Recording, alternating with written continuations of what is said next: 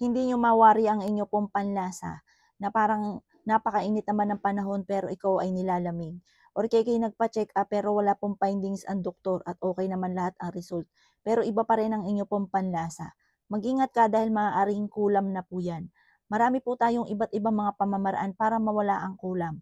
June 11, full moon. Gawin nyo po ito upang sa ganun, layuan ka ng mga tao, ng mga may alam sa mga ganyan na gumagamit ng kaliwa. Or kaya po yung mga taong naiinggit sa inyo at may mga panalangin na masasama at ito'y tumatalab dahil wala kang pangontra.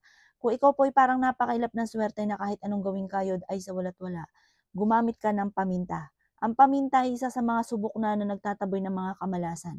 Lalo na pangontra po ito sa mga gumagamit mga bossing ko ng kaliwa. Gawin po natin ito ng full moon. June 11. Isang beses lang pong dumarating ang full moon sa loob ng isang buwan. Kaya, huwag niyo pong palalampasin ang full moon. Yan po mga bossing ko ay isa sa mga subok na't inaantabayanan ang full moon dahil ito po ay isang beses na dumarating sa loob ng isang buwan at inaantabayanan at ginagamit po ito sa mga gumagamit ng mga pang-alis ng mga kamalasan. Kagaya ng halimbawa, ikaw po ay nakulam. Kapag ikay nakulam, naku mga bossing ko, lalo't hindi nyo po nalaman kung anong solusyon po dyan, ay maaaring yan po ay talagang pupurwisyuhin ka niyan talaga. Yan po ay mararamdaman nyo po na parang hindi ka na nakakakilos ng maayos at laging ikaw ay lutang.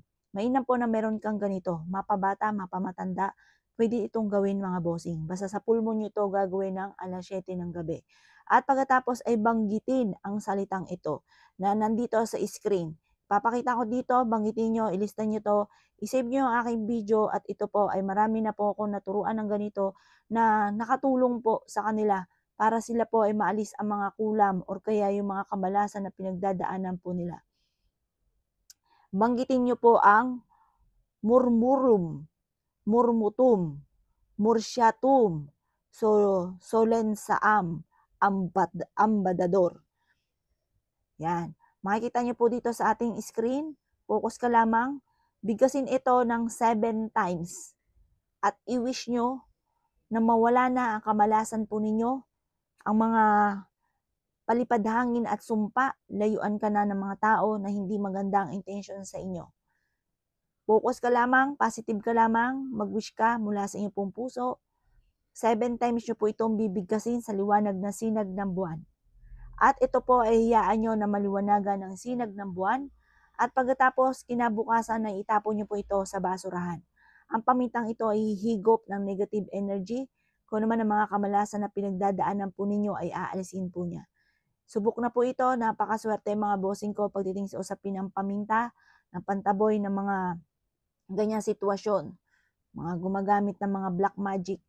Mainam na magawa nyo po ito para kayo po ay layuan na at hindi katalaban ng mga ganyang sitwasyon. Mahirap yung mga tinatalaban ng ganyang sitwasyon, lalo na hindi nyo po machechempuhan yung gamot. Naku, magpapaagoy-agoy ka na laang.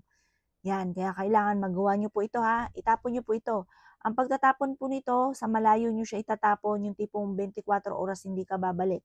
Kasi once dyan lang sa malapit at bumalik ka muli doon sa inyong pinagtapunan ng wala pang 24 oras, magiging wa-effect yung ginawa po natin. Sayang naman na isang beses lang dumarating ang full moon sa loob ng isang buwan. Kaya gawin nyo na po ito mga bossing. At laging positive, good luck po sa inyo po lahat.